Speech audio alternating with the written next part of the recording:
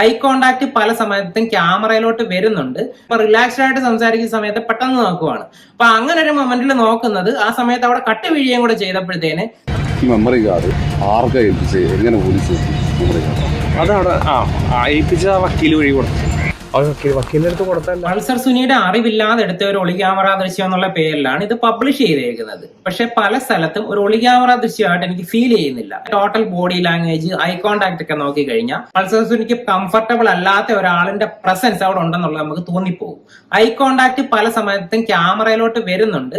ക്യാമറയിലോട്ട് വരുന്നത് ഓക്കെയാണ്, റാൻഡമായിട്ട് അങ്ങോട്ടും ഇങ്ങോട്ടും ഒക്കെ നോക്കി സംസാരിക്കുന്നവരുണ്ടല്ലോ, ആ സമയത്ത് ചിലപ്പോൾ വന്നു പോവാം. പക്ഷെ ആ വന്നു പോകുന്ന സമയത്തൊക്കെ കട്ട് വന്നിട്ടുണ്ട്. ഈ വിഷ്വൽസ് കാണിച്ചുകൊണ്ടിരിക്കുമ്പോൾ പലപ്പോഴും ഓഡിയോ മാത്രമായിട്ട് വരുന്നുണ്ട്. ഈ ഒരു ഭാഗം നോക്കുക വീഡിയോയിൽ. പൾസർ സുനി പെട്ടെന്ന് ആ ഒരു ക്യാമറയുടെ ഡയറക്ഷനിലോട്ട് തന്നെ നോക്കുവാണ്. അതും ചിരിച്ചുകൊണ്ടാണ് നോക്കുന്നത്. അല്പം റിലാക്സ്ഡ് ആയിട്ട് സംസാരിക്കുന്ന സമയത്ത് പെട്ടെന്ന് നോക്കുവാണ്. അപ്പൊ അങ്ങനെ ഒരു മൊമെന്റിൽ നോക്കുന്നത് ആ സമയത്ത് അവിടെ കട്ട് വീഴുകയും കൂടെ ചെയ്തപ്പോഴത്തേന് നമുക്ക് പെട്ടെന്ന് അവിടെ ഒരു ഡൗട്ട് ഫീൽ ചെയ്യുന്നു. എന്തിനായിരിക്കാം അങ്ങനെ ചെയ്തതെന്നുള്ളത്.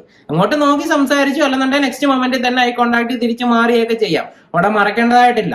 ഇത് ഒരിടത്ത് മാത്രമല്ല, പല സ്ഥലത്തും അങ്ങനെ ഒരു ഇത് വന്നിട്ടുണ്ട്. അത് മാത്രമല്ല, ക്യാമറയുടെ ആംഗിള് ചെറിയ തോതിൽ അങ്ങോട്ടും ഇങ്ങോട്ടും ഒക്കെ മാറുന്നുണ്ട്. ദൂരേന്ന് സൂം ചെയ്തെടുത്ത ആ ഒരു വീഡിയോ ആണെന്ന് വേണമെങ്കിൽ നമുക്ക് പറയാം. എന്നാൽ തന്നെയും ആംഗിള്, ആ സ്റ്റെപ്പ് വെച്ചിട്ട് മാറുന്നതിന്റെ ആ ഒരു ഫീല് പല സ്ഥലത്തും വന്നിട്ടുണ്ട്. ഒളി ക്യാമറ ദൃശ്യം എടുക്കുമ്പോൾ അങ്ങനെ സ്റ്റെപ്പ് മാറി നിന്ന്